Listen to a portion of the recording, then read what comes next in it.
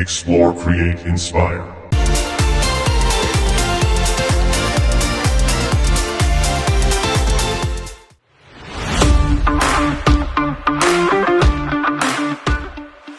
Assalamualaikum dan salam sejahtera. Saya Zulaika Adriana dan bersama rakan setugas saya, Nofakri Zayani.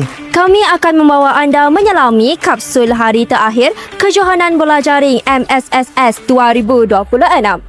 Sepanjang kejohanan ini, kami akan membawa sorotan, perlawanan dan temu bual eksklusif bersama pemain dan jurulatih. Pasukan-pasukan terbaik dari seluruh Sarawak kini bersedia mempamerkan semangat juang, kemahiran dan kerja berpasukan bagi merebut gelaran juara. Jadi, jangan ke mana-mana. Teruskan bersama kami untuk mengikuti setiap detik penuh debaran Kejohanan Bola Jaring MSS Sarawak 2026. Saya Zulaika Adriana. Dan saya Nofakri Zayani. Selamat menonton. Aksi kemuncak yang penuh debaran, setiap pasukan berjuang habis-habisan demi merebut gelaran juara. Baiklah, bersama saya, kumpulan SSNTJ yang berjaya melayakkan diri ke peringkat kebangsaan. Baiklah, saya ada soalan. Apakah perasaan pasukan apabila berjaya melayakkan diri ke peringkat kebangsaan? Perasaan pasukan kami sangat bangga dan gembira serta berpuas hati atas pencapaian yang telah dicapai. Itu saja. Baiklah, terima kasih.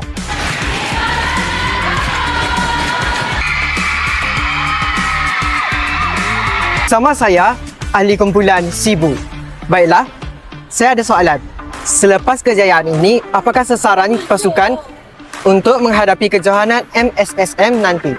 Kejayaan bagi sasaran untuk menghadapi MSS ini nanti, saya berharap agar jurulatih dapat mendidik kami dengan lebih efisien lagi, dengan kemampuan yang dia bagi dengan lebih konsisten, agar ini dapat membina sebagai penyerang yang terbaik, penghadang yang terbaik dalam meraih kejohanan ini.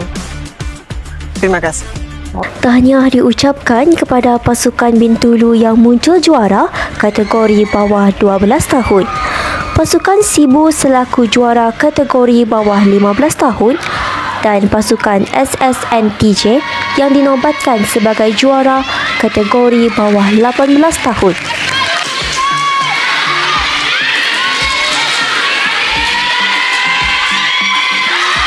Okay, I have one question for you. How do you feel after this game? I feel happy.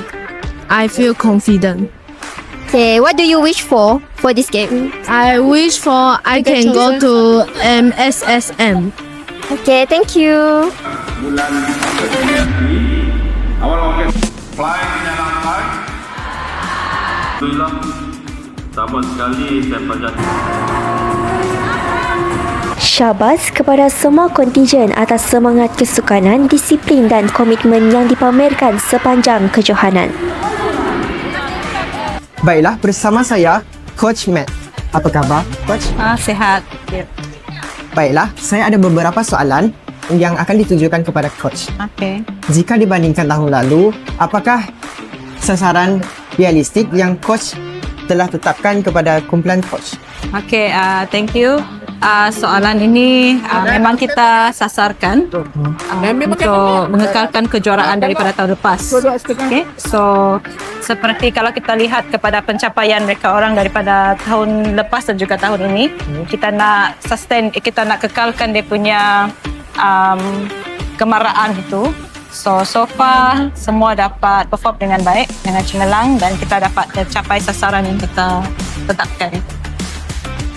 Terima kasih, Coach. Kapsul Kejohanan Bola Jaring MSSS 2026 melaburkan tirainya dengan penuh gemilang. Jumpa lagi di pentas kejohanan akan datang.